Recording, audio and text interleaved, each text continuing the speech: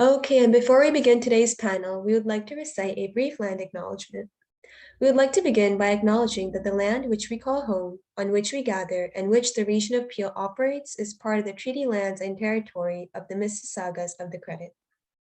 For thousands of years, Indigenous peoples inhabited and cared for this land.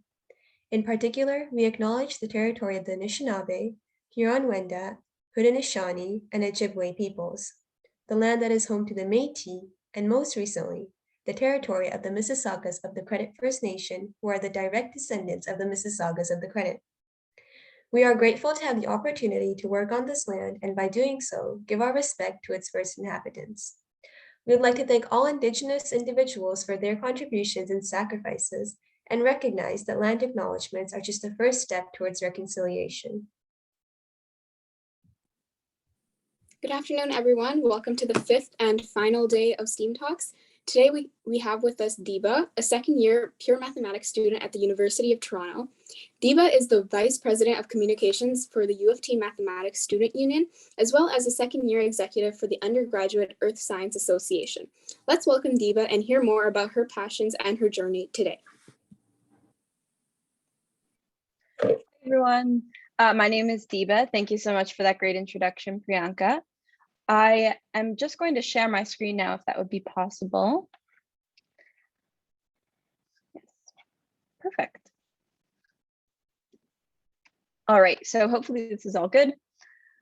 All right, like it was mentioned, my name is Diba. I use she, her pronouns, and I'm going to talk a little bit today about studying mathematics, particularly, if you're interested in pursuing mathematics in post-secondary, some things I think you should know or that are helpful to keep in mind.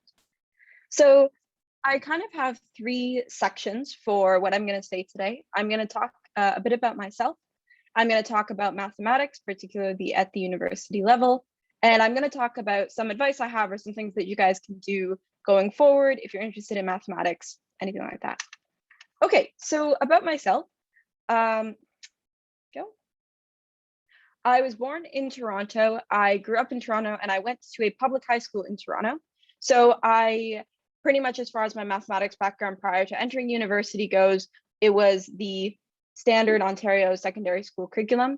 I currently am pursuing an honors Bachelor of Sciences from the University of Toronto, where I specialize in pure mathematics.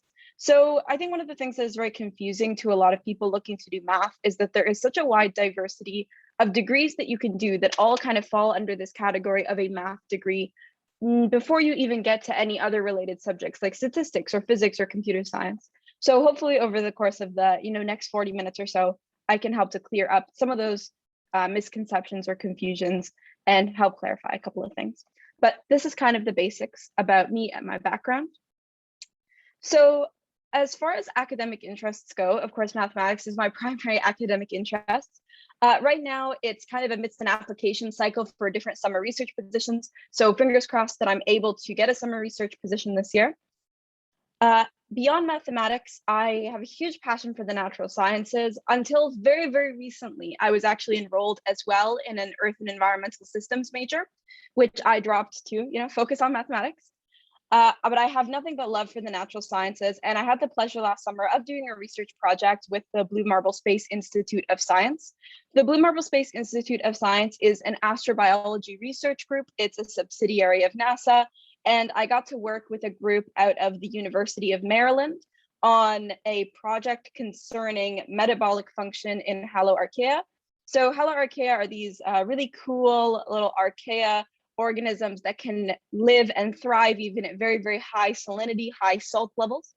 And I was doing bioinformatics work looking at genetic coding for haloarchaea, trying to find out what some early types of metabolism on Earth could be. So that is some of my prior research experience.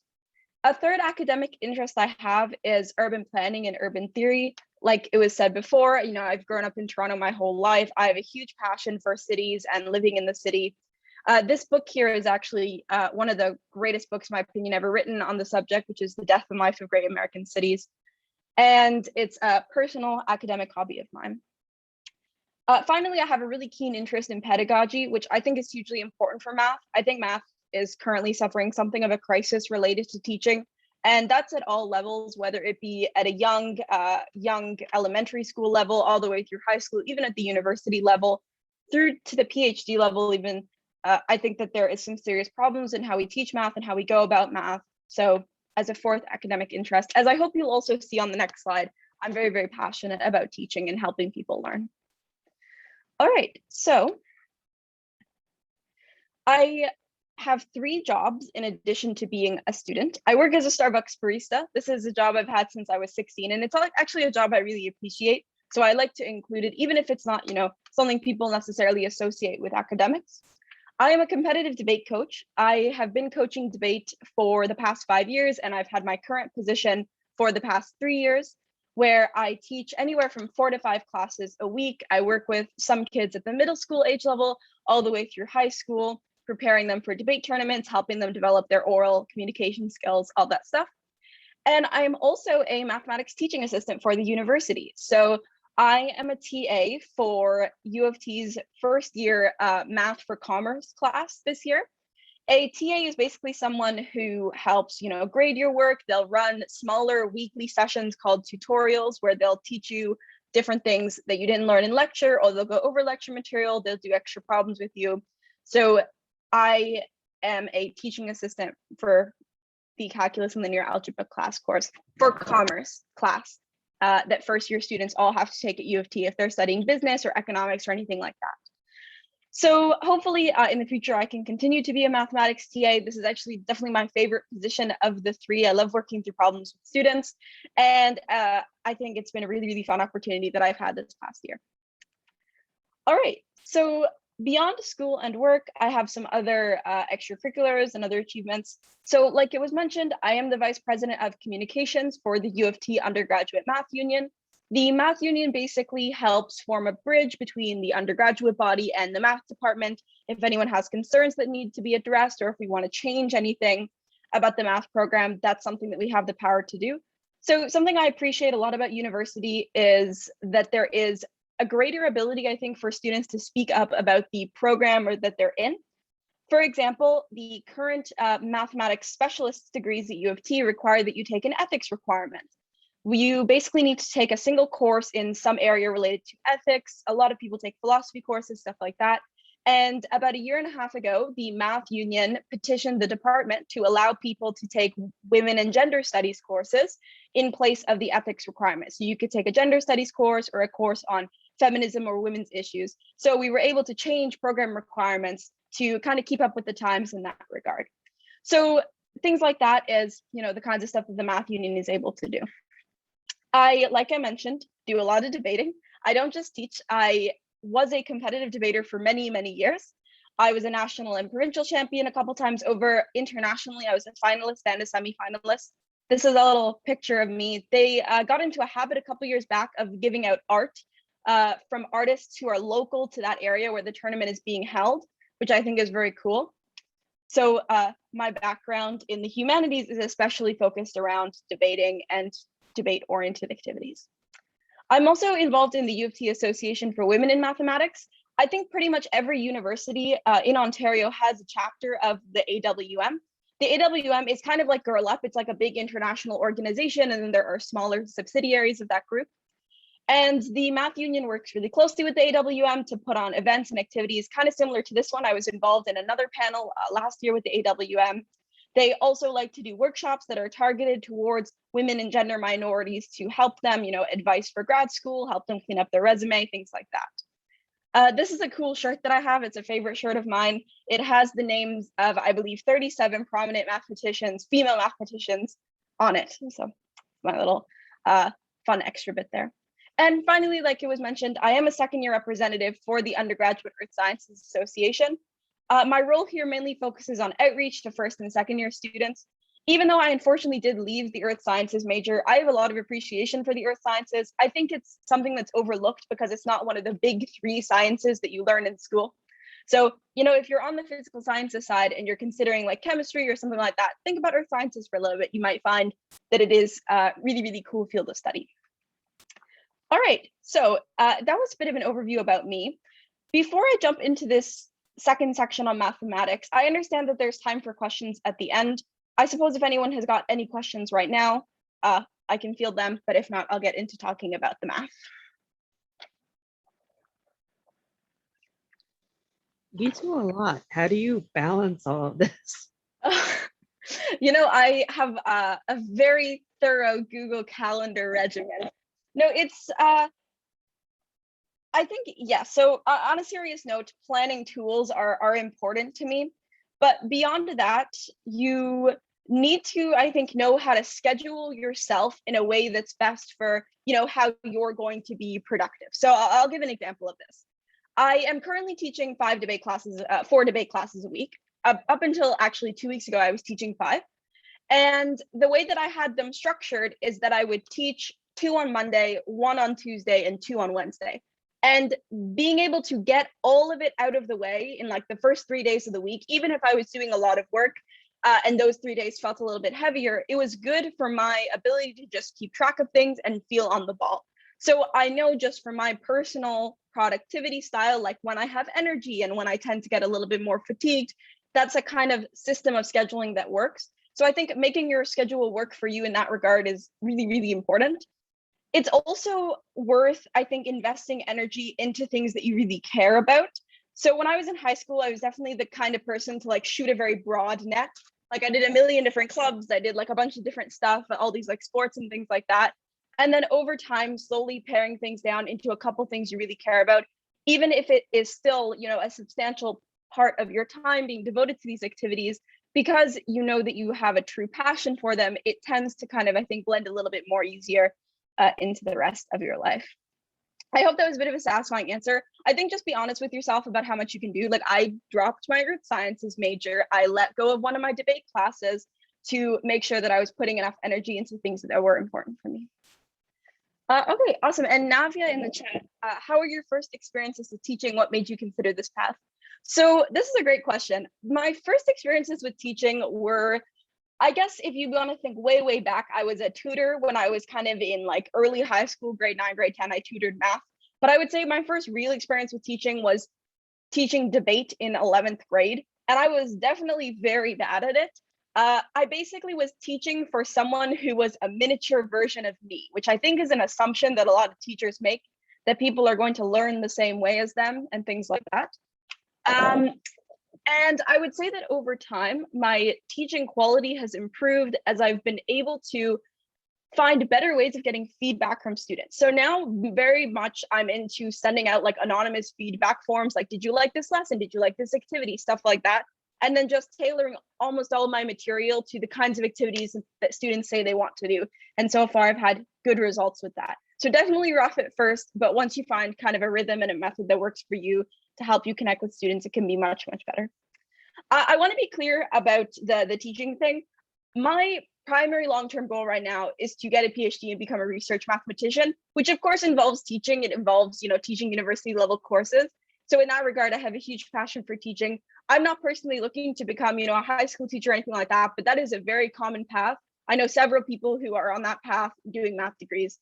Just a little clarification, I suppose, about my long-term goals. And if you are on that path, then we can definitely talk about that as well.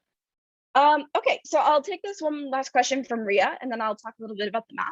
So Ria says, what are some of your favorite organizational tools that have helped you keep track of your task? Any recommendations? So this is actually like a very loaded question for me because I'm big into planning. I used to be like religious about paper planning. Like in high school, I was like all about paper agendas.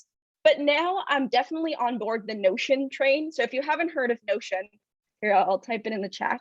It's basically like a highly customizable platform. You can really build anything you like. If there's a little bit of time at the end, I can show my Notion, but I've got, you know, everything on there, all of my deadlines, all of my assignments, all of the contact info for my profs. I even like schedule my workouts on there. It's just so customizable. Judy, great question. Notion is free to use. There's like a premium one that you can pay like $1.99 a month for, but you honestly don't need it in my opinion. So yes, that's my big one right now. Beyond that, Google Calendar for keeping track of my time. And that's kind of what I've settled on. I've tried a lot of other stuff. I tried like Momentum for Chrome, if you're familiar with that. I tried paper planning, tried like to-do list apps and stuff. But these two tools, just Google Calendar and Notion, is what I found is the best. Okay, awesome. Yes, I know. I also love Google Calendar. Alrighty, so let's talk a bit about, I guess, university mathematics. So Notion is confusing. Okay, we'll chat about Notion after. There is a learning curve with Notion, especially if you don't know like HTML. I don't actually know HTML, so I had a lot of learning to do, but we can definitely chat about Notion afterwards. All right. So just some guiding remarks. A lot of people, and I don't just think that this applies to math, but a lot of people in general have this fear around university being more difficult or more demanding, or just a big question mark where they don't know what's going to be expected of them. So a lot of people hear that university math is very different from real math and the kind of math that you might see in high school. And I want to spend some time unpacking this, kind of going through the different opportunities you have with math or a field that's really closely related, and talking about just straight up what some of the big differences are between university math and high school level math. I think that for anyone, even if they are not pursuing a math degree, they're doing something that's kind of math adjacent, or even if you're like in life sciences or something else, you have to take a first year calc class. There are huge, huge differences from high school, no matter what. So let's unpack some of those. Okay, so math in high school. Obviously, I don't know, every single person's high school curriculum or experiences or everything. So these are going to be to some extent generalizations. I hope you guys will forgive me for that. A lot of high school math involves learning certain algorithms or learning certain methods to solve mathematical problems. It's a lot of computation. There'll be very little proofs involved. Sometimes people will have like geometric proofs, like involving triangles and stuff, but in general, not very many proofs. You kind of do three main types of math. You do algebra, like manipulating symbols and equations. You do geometry, and you do calculus. And the assessments are going to be mainly in the form of a bunch of tests over the course of a year, and then you may write an exam, something like that. And you don't really need to focus much on your mathematical reading skills. So this is, I guess, in a nutshell, my characterization of math in high school. Excuse me. So contrasting that with math in university, sorry, my throat's getting a little dry. Usually when you will learn a certain algorithm or a method to solve a mathematical problem, you will be asked then, instead of just repeating this method, to make some sort of inference or use it to create an approach to a new problem you haven't seen before. And I think that this is one of the main things that trips a lot of students up. And I want to emphasize that this is totally independent of whether or not you're doing pure math or you're doing life sciences or you're doing business. I can tell you, from the papers that I grade and the tests that I grade for my math for commerce TA position, a student might learn about differentiation in class, and then they get to the test and the question is like, a business makes this much profit a year and their rate of growth is this, and they have to apply the skills that they've used in a way that it probably looks very, very different from what they were familiar with. So that is the first big difference. The second is that math in university can involve both computational and proof elements. This is kind of a sliding scale. If you're in fields that are not necessarily mathematical fields directly, you're probably going to be on the computational side of things. If you're doing physical sciences, business, life sciences, economics. And then as you get kind of closer to math, like computer science, physics, statistics, you're probably going to do more proofs all the way through to just pure math or even applied math fields where you'll probably be doing almost entirely proofs and very little computations. If proof seems like an ambiguous, kind of scary word, right after I'm done, I'll kind of elaborate a little bit on what I mean by a mathematical proof. So you do many, many more fields of math in university. This is even for people, again, who are not doing just necessarily mathematics degrees. Like I know that the first year business students, they learn game theory and they learn about probability density functions and they learn about like all of this extra stuff that is parts of fields of math that are not even covered or even mentioned in the high school curriculum. So math is just so big and so broad beyond those three kinds of areas that high school math tends to focus on. And thankfully that door is really opened later on. You will have assessments, and this part I'm going to say like big exclamation like star applies more to people just doing math. I'm not necessarily sure as much about life sciences or things like that. Your assessments are mainly in the form of problem sets. You'll basically be given a bunch of problems and your professor will be like, hey, do these problems over the next week or over the next 2 weeks or something. And then you might have a few exams that are weighted very highly. So typically, like, you could have an exam worth, 40, 50% of your grade, and the rest of your grade is made up of homework sets. And finally, mathematical reading skills are really, really important. So if you spend, an hour in lecture learning a piece of material, you probably will also spend another hour or possibly even more with the textbook or with some other source reading about that same material. Again, this is something that is applying to people who are like just doing math or focusing primarily on math, but you are probably looking to develop something that I think is safe to call mathematical literacy, the ability to read and write mathematics at a bit of a higher level. Okay, so before we get to the next page, I want to talk a bit about mathematical proofs. Proofs are when, instead of being asked to compute something or verify that something is correct, a certain computation, you're asked to show that a certain statement about mathematics is correct. So, for example, I could ask you to compute for me the derivative of a certain function. I could give you a function and I say, hey, compute its derivative for me. And we have a lot of rules that tell us what the derivative of a function is.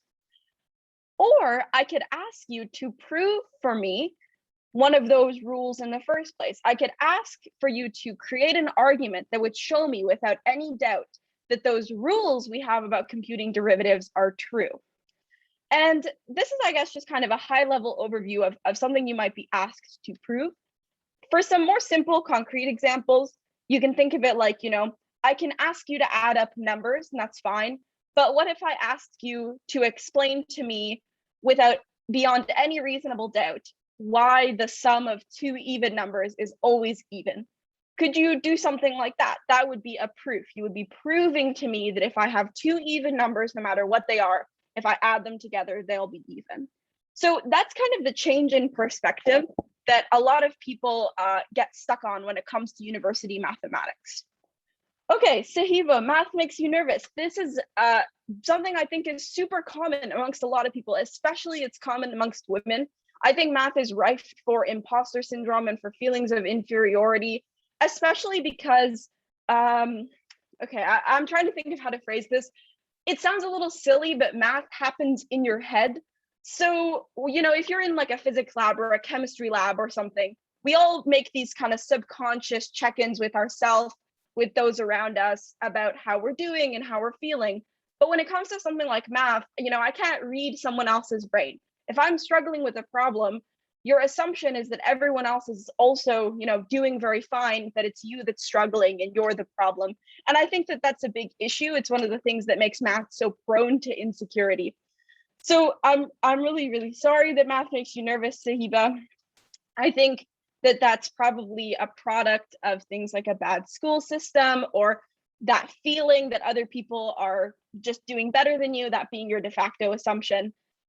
Hopefully I can help a little bit with that over the course of the rest of the talk. I'm glad that you relate to that. Yes, you just remember, you can't see inside other people's heads. There's a very, very good chance that other people feel the exact same way. Okay, cool. So as far as, if you would like to pursue math and just math, the first big decision you kind of need to make is, what side of math would you like to be on? Would you like to do pure math or applied math? So people have this misconception that applied math, because it is, I guess, closer to other fields like physics and computer science and stuff, is easier than pure math, but this isn't true at all. So both of these are rigorous fields of study. Both of them require you to have a familiarity with mathematical proofs. Of course, I can only speak for the UofT program, but I know that at UofT, if you're studying applied mathematics, you do by and large the same courses as those studying pure mathematics do. You do extra things though, involving, statistics and physics and computer science that take on kind of the application side. So if you are looking at math, I think one of the first kind of questions to ask yourself is, what's the driving force behind my passion for math? Why do I like math? Why do I think math is appealing or interesting? Hopefully you aren't deciding to do a math degree without thinking math is at least a little bit interesting.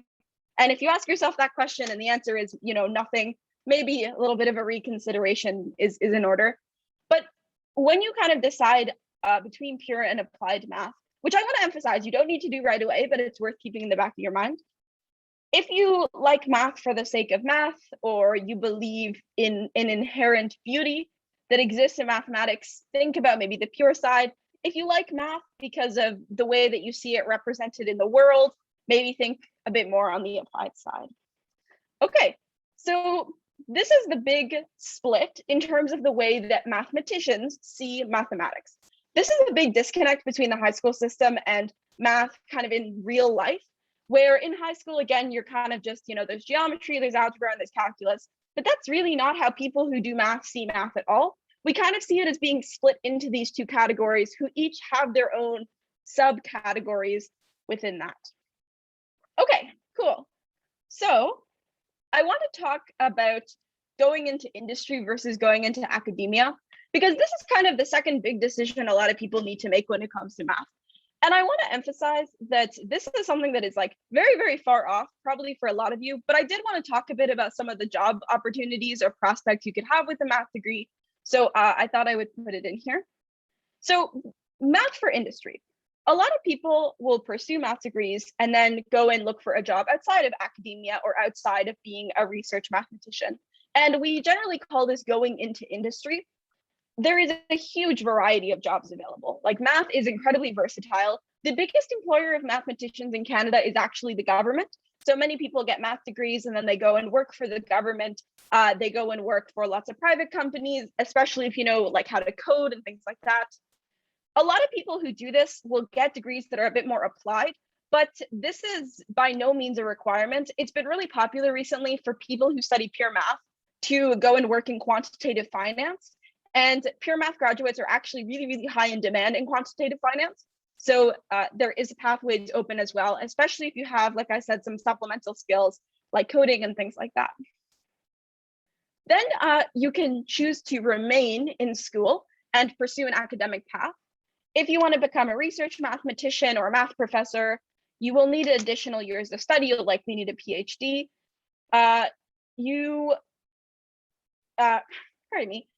If you want to pursue math in postgrad, you can have a background in either pure or applied mathematics. This is another misconception, that applied math students go into industry. You can be an applied mathematician. The most important thing, though, is that you had kind of a rigorous foundation in your program. So if this is a goal of yours, I would consider looking through the kinds of program offerings that are available to you and asking yourself, where am I going to be able to access research opportunities or the ability to learn mathematics like mathematicians do mathematics, things like that. So a lot of people even will complete postgraduate degrees and end up leaving for industry. There's no right or wrong answer here. Many people think they want to do academia and then a couple years down the line realize they don't actually want to do it, or they have some other circumstance. That's completely fine. And again, this decision is very far off for you. The point is, I think no matter which direction you try to go, you want to go into, the degree is very versatile and can hopefully help you find something that works for you. Okay, so hang on, I got 2 questions here. Ria, did you ever feel doubtful about your math skills? If so, how'd you overcome? Yeah, definitely. I feel doubtful about my math skills every day. There are these, there's like this quote or something that's like, if you feel like you're good at math, you're not doing math right, or something like that. And I think it's a little bit of a mean quote, but I think at the heart of it is this sentiment that, like, what you need to remember is people who really like math, people who do it all the time, people who are like the best at math in the entire world, still find math incredibly difficult. And I think a lot of that is internal pressure that we put on ourselves if we, for example, don't understand a certain concept right away, or we feel like other people are understanding something that we aren't. So a big problem for me was that I was kind of looking for signs that I was good at math. Like, I thought, like, surely if I was good at math, there would be this like indicator, like some ephemeral signal or something like that, that I was meant to do math, that I was smart enough to do math. But obviously that's a little bit of a ridiculous way of looking at things. However, it was something that came at a significant detriment to my personal confidence doing math. And then you create this negative feedback loop. Because I don't feel confident doing math, I start to do worse at math, and then I take that to be a symbol or a sign that I'm not good at math. And it's very, very hard to break out of this cycle. I think that when it comes to overcoming something like this, there's a couple of things that can be helpful. The first is, I encourage you guys to reach out to, yes, to your teachers and to your peers and stuff, but also to students who are in the same school or program as you, but a year higher. So this was a big resource for me, knowing that like this person whom I look up to was in my shoes like a year ago or a year or two ago. And I think that this person is great at math and that they're incredibly intelligent, and they are telling me that they struggled as well. It helps to kind of normalize that I'm struggling now. The other thing I suppose I would say is, just because you are in a period of burnout mathematically doesn't mean you're always going to be in a period of burnout mathematically. I know sometimes you can't just take a break because you got like deadlines and things, but especially when I've been really frustrated myself with a problem or a concept, I found that leaving the problem aside for a little bit and then coming back to things has helped a lot. It's helped me just personally regulate my emotions and my feelings about math. Okay, Sahiba, what advice do you have for high school students who really hate math and are struggling? So this is a super broad question, and I think my answer depends on what the goals of that student are. Is the goal to pursue math or a science field, or is it to kind of get through high school math and then pursue something else? I think at the end of the day, I believe everyone should have a sound foundation and solid mathematical literacy, like I mentioned before. So in that regard, it's difficult. I know different high schools have different levels of support. It's hard for me to tell you to do something like reach out to your teachers, because I don't know what your teachers are like. I don't necessarily know what your high schools are like. I think at the end of the day, remember that if you really dislike math or you're very frustrated with it, what I can say that I hope will apply to everyone is try to reduce the amount that you put on yourself for that, or that you internalize that pain, even if it just means you end up like venting a lot to one of your friends or something, to externalize it a little bit better. I hope that is helpful, because math definitely is very hard and it is very important at the same time, and it's seen to be very important. So I think it leaves students putting exceptional amounts of pressure on themselves because of that. So Hiba, if you have like a particular, or if anyone has a particular situation, we can definitely talk about that a little bit later. It's such a hard question to answer though, without knowing, I guess, the exact situation. Okay, awesome. So I have some extra opportunities math-wise that I'll talk about a little bit now. If you're interested in math, or even if you aren't, if you just kind of think it's cool, or if you want to try your hand out at any of these. So first off, I recommend that you just start to do math for personal leisure. If you're interested in doing math in the long run, read, watch, do math for fun. I was big into like watching math on YouTube when I was in high school. I have like mixed opinions about it now. I think there are some really, really great channels.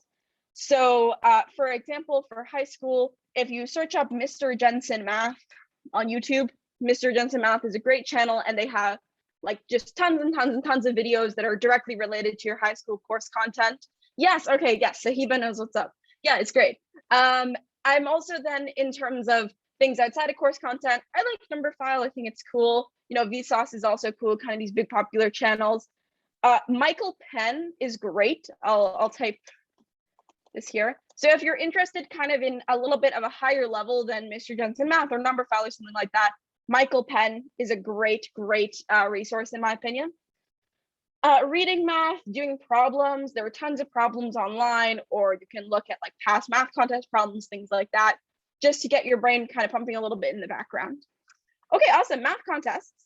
You can sign up for math contests. Don't be discouraged if you're like not, good at them, or don't get very like high scores or anything. Contest math is tricky. It's like a slippery fish to hold. It is usually not actually something that's closely related to like real math or math in university. It relies on a lot of practice, and it relies on learning certain tricks that will help you in math contests. They can help you cultivate a passion for math. And if you think math contest problems are cool and they're fun, like please do math contests. I even from time to time in high school like to do math contest problems on the back burner. But they're definitely not required to do well at math in uni. Like I did mediocre-ish, maybe like a little bit above average on pretty much all the math contests I ever did. So it's by no means a requirement. If you don't like math contests, do not get discouraged. And yes, Sahiba is totally right. So Waterloo has got a bunch of math contests. Something else I would recommend everyone write is the Canadian Mathematics Open. It's called the Open. If you go and talk to, the math department at your school, sorry, I believe it's called the Canadian Open Mathematics Challenge, excuse me. I'm just trying to type it in the chat right now. There we go. If you go and talk to the math department at your school, they might be able to set that up for you guys. That's another big one I recommend. So the only context where math contests might become relevant for you is if you're looking to get into like super particular programs. So Waterloo cares a lot that you do Waterloo's math contests. They ask for it specifically on the application. There are some scholarships and things like that that might like to see that you've done some math contests, but in general, outside of these like kind of more specific contexts, it's not really necessary that you do math contests to do math later on. Okay, math camps. This is a big one. So a lot of universities run math camps and other programs. I have a link here, which, let me see if whoopsie.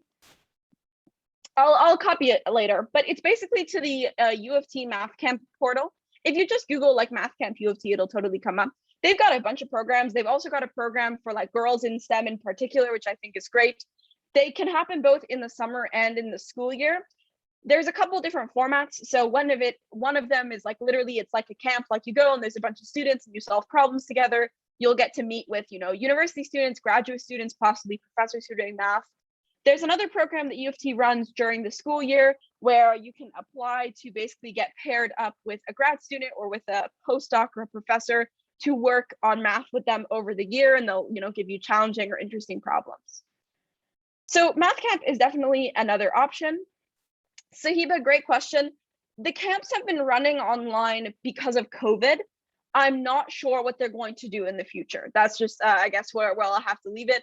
I'm sure that even if the UofT ones don't run online this year or in future years, you will be able to find at least some university who is running them online. A bunch of unis have these, not just UofT. This is just the one for UofT that I have linked here. Pretty much, I think every university, or all the big ones at least, should have a similar program. Okay, another option is to audit classes. So this one is, I guess, a little trickier to navigate. Auditing is when you basically go to the lectures of a class without actually taking it. So you go to the lessons and you like listen along and you learn the material, but you're not in the class, you don't take the tests or anything. I audited a math class at UofT in a summer while I was in high school, and I consider this to be a really important mathematical experience for me, I should say. Obviously, when you are doing something like this, you can't just like waltz into any Zoom or lecture hall that you would like. Send an email to the professor who's running the class, ask politely, and pick a course if you want to do this that is appropriate for the level that you're at. If you end up in a class that is too advanced for you, you're unlikely to get very much out of it. It's kind of hard to find that course that's like a good enough challenge that you're able to learn something new and kind of have your mathematical muscles stretched a little bit. But I think generally if you go and read, course descriptions and stuff, most universities will offer an introduction to proofs class. So if you've never seen proofs before, that's usually a course that doesn't actually rely on much high school math knowledge. You should be able to go into that and hopefully have some fun. So these are, I guess, the 4 big things I would say recommendation-wise as far as enrichment opportunities goes. Beyond that, there's like some other stuff kind of worth talking about, like math tutoring if you have a passion for teaching as well, or if you just kind of want to try your hand at it. It's worth trying things even if you don't have like a huge burning passion for them beforehand, right? So even if you think you might be kind of interested in tutoring, still give it a try. And if you aren't, then no harm done. You don't need to tutor going forward. But if you never try, then you will never know whether or not you do have a passion or not. Obviously, other sorts of community involvement are also a possibility, but this depends on the school that you're at for high school. So in my high school, in my grade 12 year, I was kind of on the executive for my school's math and sciences council, and I did things like I helped run the math contest, for example. But again, that kind of depends on the school you come from. So Sahiba, is there any math support camps that you know that are for high school students? Support as opposed to enrichment. You know what? I'm not actually sure. I know that there are plenty of math summer support programs that are run through the school board and stuff like that. You know what I'll say? I think that for the UofT one, there's a bunch of different programs that you can basically choose from, and they're at kind of various levels. So I think that you should be able to pick a level that is maybe closer to where you're at and what you're learning. I don't necessarily know if that would qualify as a support camp. I would have to think about it though. But that's a great question. I guess I'll think about it and maybe try and get back to you. Is where I'll leave at. I know that there's plenty of like extra tutoring and stuff. Like uni students love to, tutor and do things like that over the summer. I don't know about a camp though per se. I'm sorry if it's a little bit unsatisfying. It's not that I've heard of. Okay, awesome. So something I want to emphasize though is that you don't need to do any of these things to be successful in math in university. Nor do you need to have, fantastic grades in high school to be successful in math in university. I had very plain Jane grades in high school. In my math classes, I had like 70s and 80s, which are by no means bad grades. And I felt like, I understood the high school material for the most part, but they're not like jaw dropping, like I'm getting like a 98 in everything. And I want to emphasize this because I think a lot of women in particular are prone to seeing certain things as signs of failure and then getting discouraged in the future from pursuing something like math or thinking about doing math or degrees related to mathematics in the long term. So even if you, aren't doing math camps and you're not acing all your math classes and things like that, don't eliminate math from, something that you could potentially do in the future. Because I promise you, it's very, very different. It's a totally different kind of learning when you're in university, and it just might be for you. Okay, so that is pretty much what I have prepared for you guys today. If anyone else has any other questions, I guess I'll stop my screen share now and I'll take, any questions that anyone has. I'll just send in the link to that math camp thing though, in the meantime. Alrighty, there you go. Nice. All right. Thank you so much, Diba, for sharing that wonderful presentation with us. I actually really like that because for me, I also want to become a teacher, and I like the fact that, you took something that you really enjoyed, but I feel that when you really like something, you also like showing and expressing that to other people, which is why I really liked, I want to go into the teaching field because I want to show other people like my passion. So I feel like we kind of align in that way. So I found your story very, very inspiring, and I hope everyone in this panel has as well. It's really thorough and great. We have set up a few panelist questions, but before that, you already mentioned if anyone has any more questions in the chat just right now. Oh, there was one that came. I think this was right. Oh yeah. So Judy Hollins. Okay, so how do you build your public speaking skills? I love your energy. Oh. Thank you, Judy. I guess the answer that is maybe least helpful is years and years of competitive debating. But just because you aren't doing debate doesn't mean you can't use debate tactics to help improve your oral communication. It might make you feel really silly though. Like when you wake up in the morning, like give a little speech to yourself in the mirror about what you're going to do that day, and just try to speak the entire time without breaks or pauses and with, confidence. And these kinds of little exercises, they add up over time. And there's also, other kinds of tactics and stuff. If you have to speak, a lot of people like, blocking things out or writing things out in advance. If you need, things to help you in that regard, it can be super duper helpful. But yeah, I guess that's the unsatisfying answer for me in particular. So I know that we have set up panel questions. Should we kind of alternate between that and the chat, or do those first and then some of the chat questions, or? We can go through the chat questions and then we can go through the panelist questions. We have 10 minutes left, so we can just go through Saba's question of how did it click to you that math was for you, and then we can go in. Yeah, sure. So I have, again, a kind of unsatisfying answer for this one. There's kind of two different categories, loosely speaking, very loosely speaking, that people fall into. For me, it's, since I was very, very young, I had a deep passion for mathematics, and I had this understanding very early on that math was just what I wanted to do with my life. I knew from a really young age, ridiculously might I add, that I wanted a PhD, which is crazy because like what 9-year-old knows anything about getting a PhD? And over time, I kept at it and I kept chugging along, and I had to actually ask myself a lot. I was like, I've been saying I want to do math for so long. Do I really want to do it, or am I kind of still doing it because I feel like I have to? just continuously asking myself and, knowing, yes, this is what I want to do.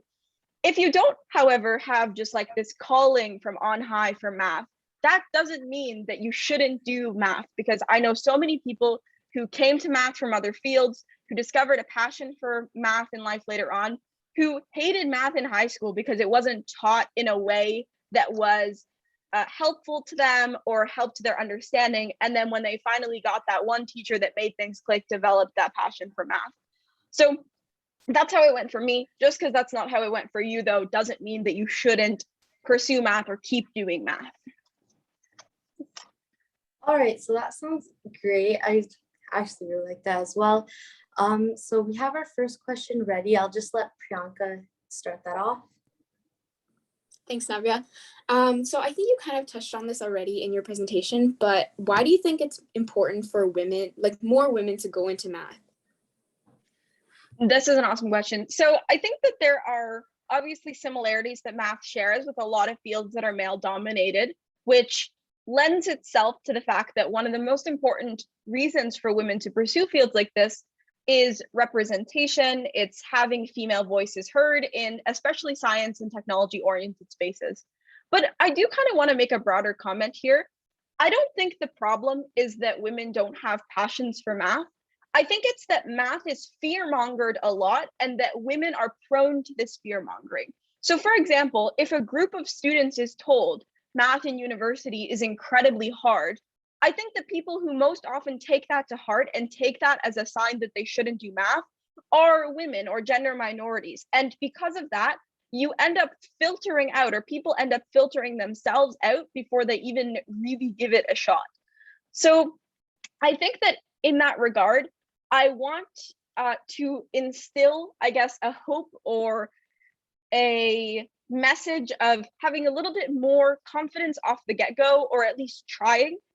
Don't let someone tell you how hard something is. If you think even, for a second that you think that you could be good at this, or it's something that you want to pursue, at least give it a bit of a try. I think just that alone, you would get so many more women doing mathematics.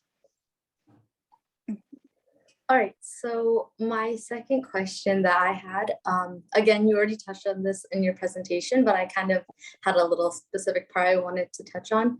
It was, what advice would you give high school students pursuing this field, but especially with the common stigma about math? Everyone kind of is scared of it. So how would you feel about that? Yeah, totally.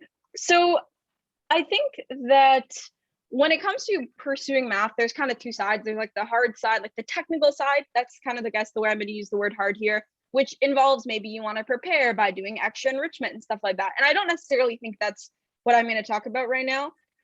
The second part of preparation, I guess, is for the soft side, or the personable side, where you have a culture that exists in a lot of math programs or in a lot of math classes that is around, that is kind of set up around always being smart, always understanding what's happening, things like that. And I think understanding that everyone else is just as afraid as you are, or just as nervous as you are, is a really, really helpful first step. I think the second thing that has been really helpful to me is to find a support system within that field that can help you. This has been, like, honestly the most pivotal thing for me in my entire university career, especially the change from last year when things were fully online and I had less of a support system in my program, to this year where I'm able to communicate with a lot of my friends in my program more directly. It's been really, really, really helpful. So I think that maybe it's a little cheesy and generic, but the advice I'm ultimately going to end up giving is try to, as much as you can, not let it get to you personally, as in, I am personally doing bad. Remember, everyone is likely to feel that way, and find people to support you in the field or the program that you're in. Yeah, I really like that, making it internalized with the hate that, like, you feel, because I feel that a lot too with math. And I heard that there's like a coined term called like math anxiety, separate from anxiety. Like, it created this whole new thing where people just internalize how they feel about math, even if that's not related to their performance in class. And then that really, like, inhibits their ability to even do better or improve. And but I feel that understanding that, you know, your peers are feeling the same way and that you're not alone does help a lot. So thank you. That was great. So yeah, there's the next question, Priyanka, if you want to take it. Yeah, so you kind of did already just answer the question that I'm about to ask you in your previous answer. But I completely agree with the whole idea of like not shying away from math just because of the inherent like fear around it, I guess. And so my question was, do you have to be like super smart to pursue math, like just inherently a smart person? But you already answered it. So if you have anything to add on to that, or if you have a different way to look at it, maybe. Yeah, sure. This is like the $1 million question, right? This is like what everyone wants to know. It's like, oh, am I smart enough for math? Like, do I have like the gift or whatever? I think that there's a couple of problems with asking a question like this. The first is like what does it even mean to be super smart, right? Like, if you sat me down right now and gave me like a bunch of long division problems, I probably couldn't do them. Just saying, I haven't practiced long division in a long time. It's not a skill I use. And yeah, maybe I could like stumble around and I eventually get to the right answer. Would that make me not smart? Probably not. At least I hope no one would think that that would make me not smart. It just means that that's not a skill that I've used very recently. So I think that asking a question like this, it makes the assumption that you aren't going to get more smart or get smarter over time. No one is, or very few people, like negligibly few people are like super geniuses the first day they start their math degree. And yes, I would say that people who are career mathematicians are very smart people, but it's the road that they took to get there that makes them smart, not that they were just smart like from day one before they even did anything. Yeah, I completely agree on that. I think math is definitely like a skill that you can develop. I would agree that there are some people who might be just inherently just slightly better at math based off of maybe their high school grades or like the grades that they received at elementary school. But I don't think that that's one way that we should like completely judge their smartness on this field. And since math is like a subject that you can like develop your skills, I definitely believe that you shouldn't shy away from it just because you might not be inherently good at the math course that you're doing in the moment. And for the next question, sorry, you have to say something? Oh, I was just agreeing. Yeah. Yeah. But yeah, I will hand it back to Navya for the next question. Yep. So this question falls under imposter syndrome, which you did touch on. Again, this is going back into more detail. And the question is, what is your advice in dealing with people who discourage you from pursuing your own career? I know you mentioned a lot about, just how your peers feel, you're not alone and all that. But I wanted to like specify with, receiving your grades in like class and then seeing how is that going to affect my ability to perform in university, because we all know that it gets a lot more difficult. And I heard that, I think this is like a common thing that like high school students hear, that like your average in grade 12 is going to drop like by 20% when you go into university. So how do you feel, and what advice would you give for people dealing with that, and going into your career, and how you would deal with imposter syndrome in this case in high school and how you did in university? Yeah, totally. Sorry, before I answer that, I'm just going to turn on the light that's right next to me. It's getting a little dark here. Sun's going down. So give me one sec. No worries. There we go. It's a little bit better. So, okay, yeah, this is a great question. It covers a lot of ground. I'll kind of address it piece by piece. So the first thing is this big fear that when you enter university, your grades are going to drop a bunch. And this kind of depends on a couple of things. It obviously depends on you. University is very demanding in terms of the amount of time that you are expected to commit to learning things outside of class. I would say this is the biggest difference. In university, you spend a lot less time in class. Like 3 days of the week, I only have like 1 hour of class, versus like in high school when you're in class like 6 hours a day, 5 days a week. But the time that you're expected to spend outside of class is way, way more. And if students are not as good at regulating their time going in, that can be a point of struggle. So I think that one of the first things to kind of think about, perhaps in that instance, when you get a poor grade back, after like all the initial, like you don't need to think about this immediately, but after the initial processing and all that, ask yourself, can I can I pinpoint the reason for this? Is it because I didn't have enough time to study this week? Is it because there is some, misunderstanding I'm having with the material? Maybe I really got nervous on the test and I choked on the test or something like that. I think identifying the reason behind a certain bad grade is one of the first things to help you feel better, even if it might seem a little counterintuitive, because instead of kind of this big blob of just, I feel bad and there is a huge weight on my chest, it's a lot easier to create kind of a set of plans or goals for next time. So I think that's maybe my first suggestion. I was in this position, like I mentioned, like I didn't get fantastic grades in high school, right? So I guess I'll be your counterexample right here. Like my grades in university have been exclusively higher, with like maybe the exception of one class in my grades in high school. And it was just because I was in an environment that was more suited to my style of learning and more suited to my style of doing mathematics.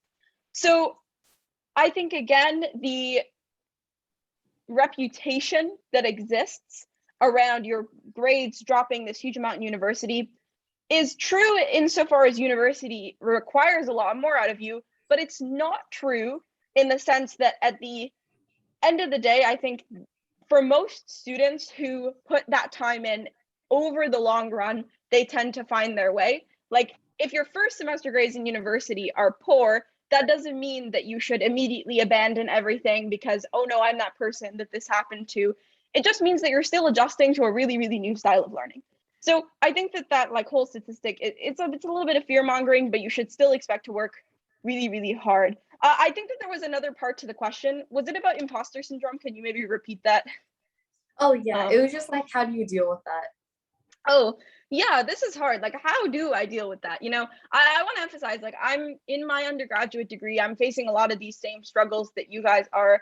I try to think of like how I give advice to my friends. This is the kind of tone that I like to take with myself sometimes.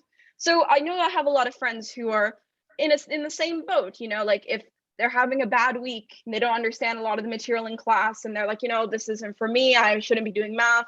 I wouldn't tell them, yeah, you shouldn't be doing math, like get out of here. I would be compassionate and I would say like, well, what are we going to do next time? I would, try to help them not only understand the material, but maybe understand why that week maybe hasn't been their best performance, so that burden can be alleviated off them a little bit. And I think just asking yourself in situations like that, when you do start to entertain those kinds of thoughts, how would I respond to a friend who was saying this to me, can be very, very helpful. Yeah, I like that a lot. I am sure like a lot of people here that's in this panel can agree. Imposter syndrome is hard and it's hard to like go through. I heard like, I know a lot of people, even people who are giving advice, they still go through it, but being able to acknowledge that is like the first step to being able to deal with this. So I really like that advice that you gave. So going on to the next question, we have 2 more questions after this, so it shouldn't take any more of your time. So I'll just hand this off to Priyanka.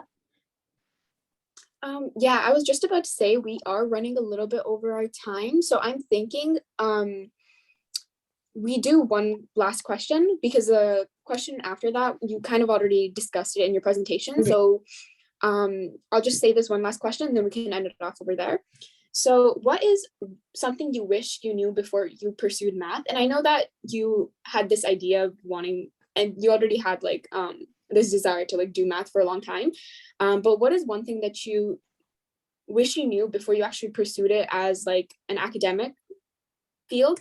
And what's one thing you think that this panel should take away? Like the audience from this panel? Sure. So as far as the first question goes, I am going to say that I think when it comes to doing math in university, and again, I think that this goes for kind of any subject that involves, male-dominated fields. And as a second caveat, this is going to be oriented towards, women's experiences in these fields. I think that you should try to get everyone to like you, but don't expect everyone to like you. So this is something that I didn't expect going in to these classes, that there's just going to be people who don't want you to be there and who don't like that you're there. And even if they aren't, vocally sexist, no one says that they're sexist. It's clear in their actions and in the way that they treat you that that's the case. But that doesn't mean that you shouldn't be there, right? That doesn't mean that you don't deserve the spot that you have just as much as they do. And I think that in the long run, those people end up a lot worse off because this vitriol that they have inevitably spills over to other parts of their life.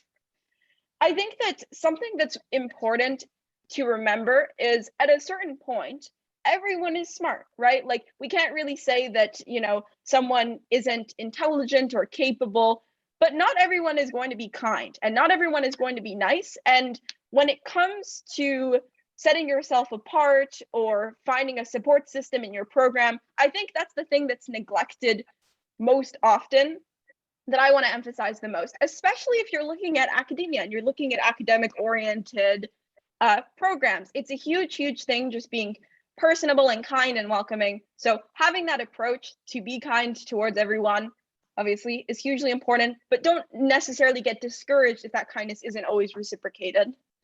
Yeah, it's not about you, it's about them, is I guess the way to think about it. Yeah, I completely agree. Just knowing that if this is something that you want to do, then just pursue it. Don't care about what other people think. If this is what you want to do, just put all of your effort into it. And I think that is something that should be applied into every aspect of your life, not even necessarily like academics or career, but if it's just something you want to do, just put your effort into it. And I think it can work out. But that actually brings us to the end of the panel. I will hand it back to Shushti if she's still here. Yes, she's right there, and she will end off the presentation. All right. This concludes the end of our math panel for day 5 of STEAM Talks and brings us to the end of this week-long event. We would like to thank Diba. Am I pronouncing your name wrong? Could you please correct me? It's Diba. Diba, yes. We'd like to thank Diba for taking the time out for this event and sharing some valuable information and advice to our audience.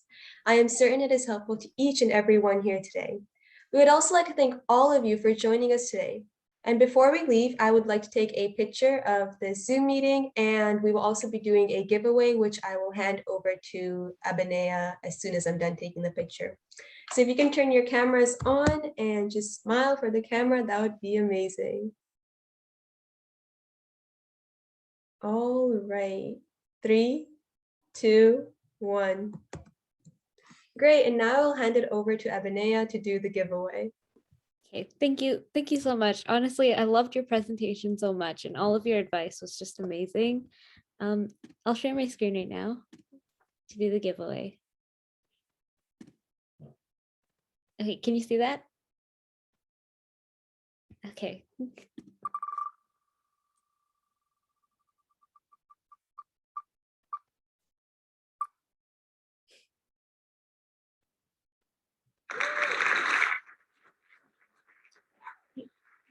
Congrats, Diba.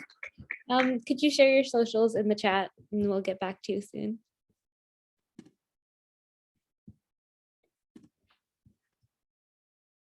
And now I'll hand it back over to Girl Up. Yeah, thank you, Abinea. This actually does bring us to the end of our presentation and the panel. Thank you so much, Diba, for your time and for sharing your journey and your passions and what brought you to this place. And I really enjoyed hearing you talk. If there are no other questions, everybody is free to leave. I hope you guys have a wonderful weekend. And yeah. Is it possible to get replays of this week's sessions and everything? This is really awesome. Oh yeah, absolutely. These sessions are being recorded. I believe Abinea has access to all the recordings. And Abinea, where are they going to be posted? So WiSTEM Ching does have a YouTube account, and so they're going to be posted there if you could like search that up. Awesome. Thank you. No worries. Thank you. Bye. Bye.